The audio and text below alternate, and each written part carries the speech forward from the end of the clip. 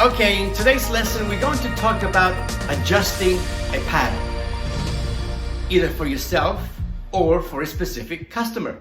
The video you're about to watch is a preview from one of my fashion design courses available online on Fashion Premier Academy.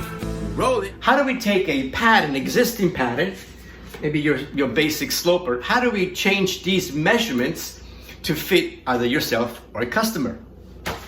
Now, if it's a matter of expanding, enlarging, or contracting, reducing a pattern, there's a process called grading. This is not about grading, okay? I'm just gonna show you some techniques that we can use to modify and adjust your patterns. Grading is a very complex, intricate, and exact science, if you will, almost a science, really. I could spend weeks going over grading. So I'm just gonna cut to the chase and show you what we can do to change some measurements of your existing pattern. Now, there are certain measurements, for example, your shoulder. There are certain measurements that don't really change much. In other words, whether you're a short person, 4'9" or 5'10", if your shoulder is, if your pattern is 5 inches, it might change a little bit, but not a lot. However, if you wanted to make your pattern longer, then we've got a problem, right? So some students make the mistake of saying that, well, if I want to make this pattern 5 inches longer, all I have to do is just extend the side seam 5 inches and voila, there is my pattern. Wrong. Why is it wrong? Well, because we have something called hips. You see how your body comes into the waistline and then it goes out in your hip area. So this will not work. What you have to do, you have your hips to take in consideration, right? So really what you have to do is you have to come out, from your side seam and then make it 5 inches longer, right? So you just cannot go in, you cannot extend your side seam because you got your hips. So what do we do? One way to do it is you just make your side seam like this and forget about that and you've got 5 inches longer. But what if you say, well, I don't want a boxy, a boxy look. I want a nice fitted contour look.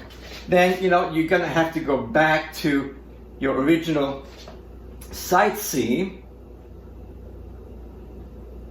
and work with darts. That's how we make your body's contour.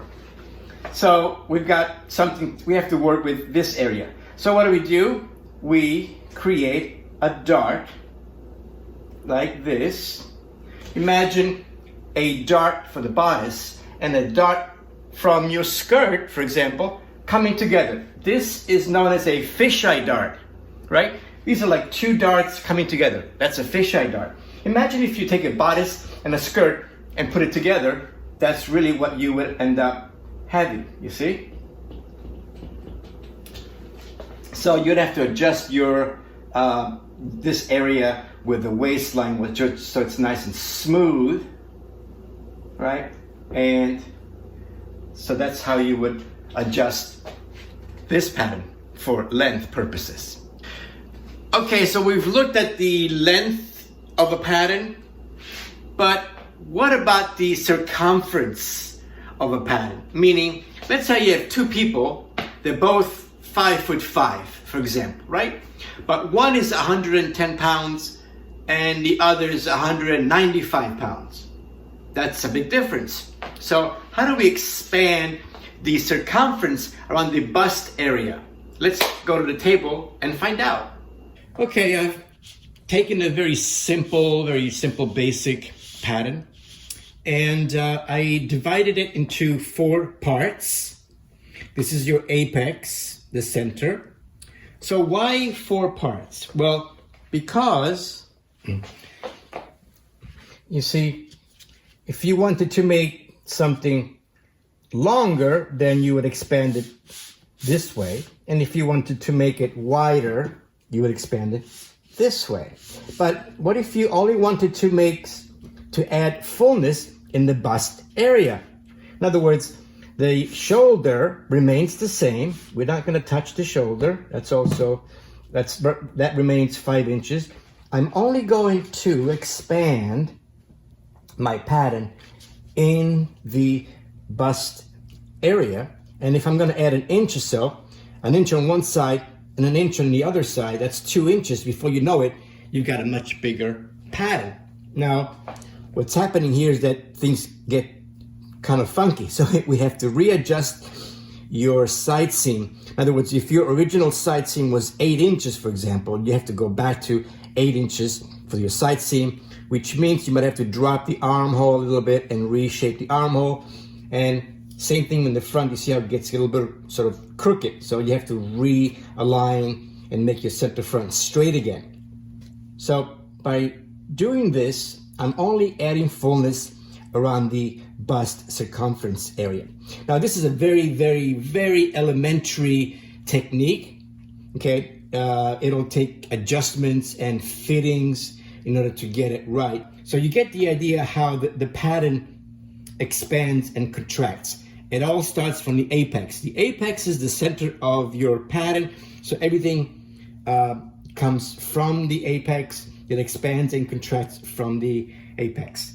Now, if you wanted to make the opposite, you would, overlap your patterns to reduce your bust circumference, and then readjust your pattern, okay? So, back to the original pattern, it really comes down to measurements, right? We have to know certain specific measurements.